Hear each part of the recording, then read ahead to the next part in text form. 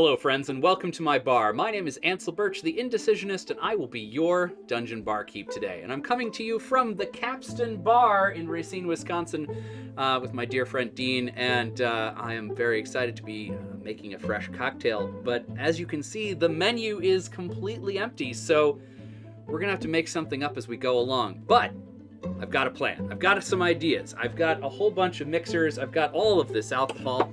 So let's go ahead and let the roll of the dice and the hand of fate guide what goes into our cocktails today.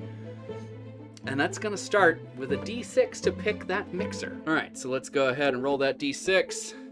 4! All right, so 1, 2, 3, 4.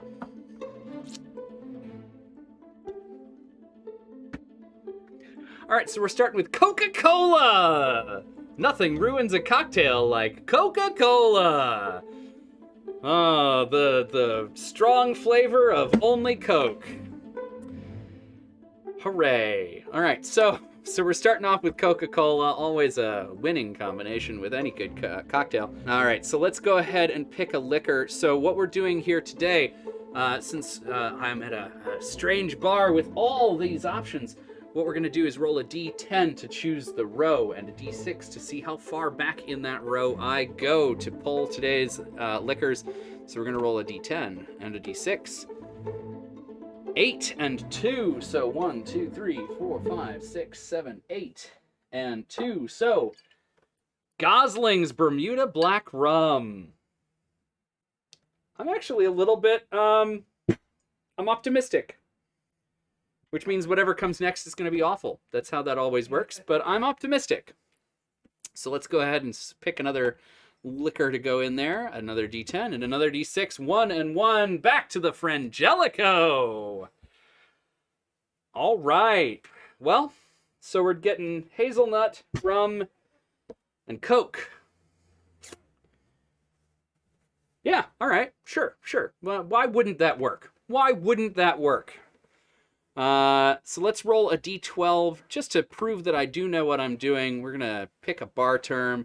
That's an 11. So on the bar terms chart, that's neat.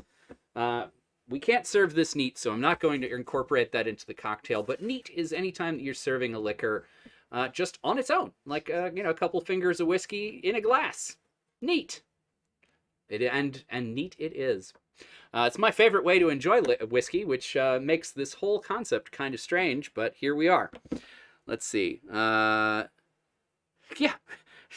Juliet Hart says rum and Coke. That's a thing. Yeah, this could be really good. This could be good. All right, so let's go ahead over to the bar top cam and put this together. There's potential here. I'm going to go ahead and make this in the glass. We're going to go with standard, I guess a lager glass or a Collins glass. Get a couple D6 of cold damage in there.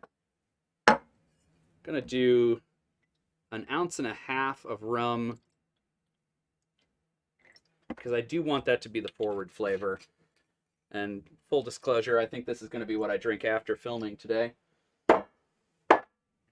And then we're gonna go ahead and do 1/2 ounce of Frangelico on top.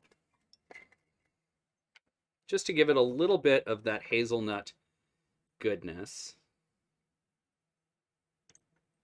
There we go.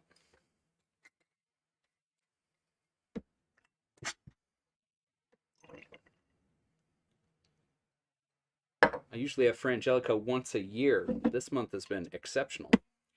All right, and then we're going to top it with Coke.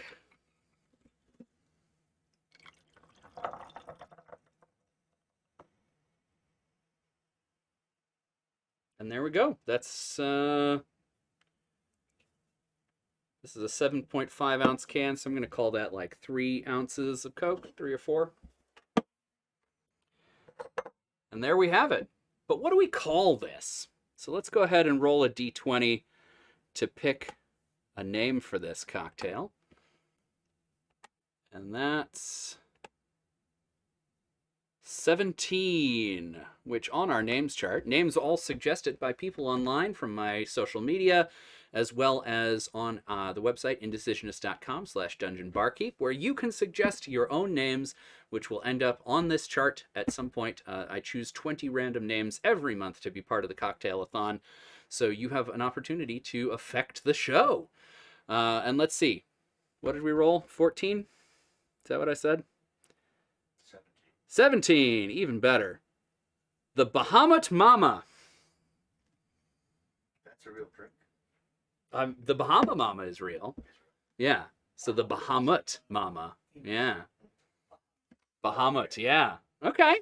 That's fun. That's a fun play on that. So how does it taste?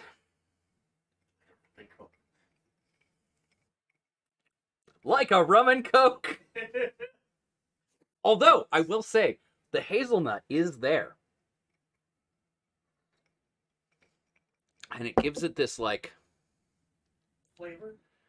Flavor, but like a luxurious flavor. It feels extra. Like, what a special thing I'm having, this rum and coke with a little bit of hazelnut flavor. I'm not gonna lie, I would order this again. This is a good on-purpose cocktail.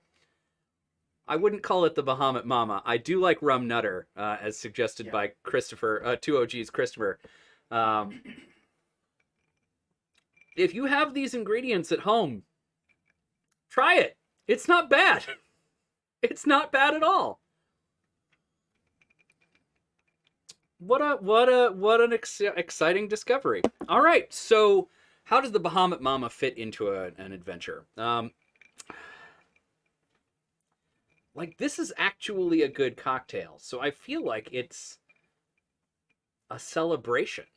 This is the sort of cocktail that comes in when you've done something positive. Maybe you've just saved the town. You've just saved the town, and you've had this wonderful opportunity finally to celebrate with the townsfolk. And the townsfolk have this, wonderful tradition that involves, whatever fantasy equivalent of Coca-Cola you've got, as well as tree nuts that are local to the area, and rum, some exotic liquor that is brought in and distilled from, the far reaches of the world. They've brought this out as a special treat to you, to your party, for saving them from whatever the bad stuff was. And I feel like, as a result, the place that this goes is, gosh, I've got to say, you want to be a little bit inland so that this stuff is special.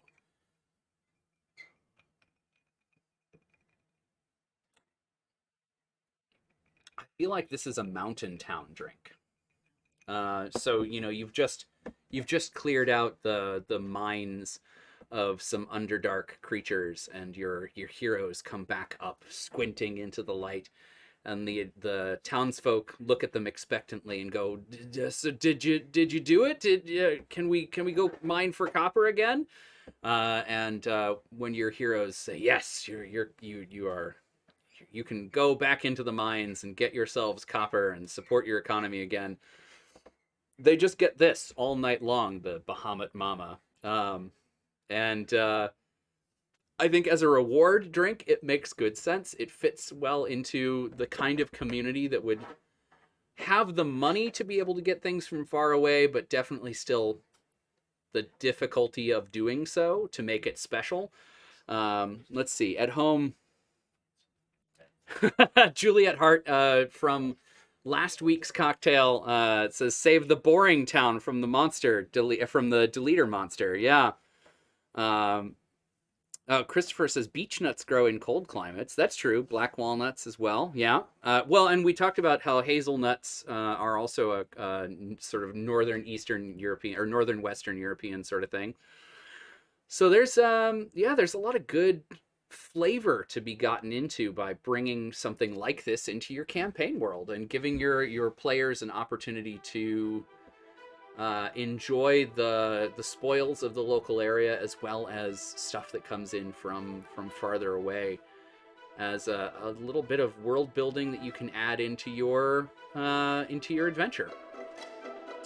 I think that cocktails are a great way to build adventure worlds and to sort of add a little extra flavor, if you will, to your gaming sessions. So if you do have the opportunity to try out any of my cocktails as part of your gaming sessions, please let me know. I'm available on Twitter, Instagram, and Facebook. And you can also check me out at Indecisionist.com for this project and all of my other projects. But until next time, friends, like, comment, subscribe, all the things YouTubers tell you to do, and drink adventurously.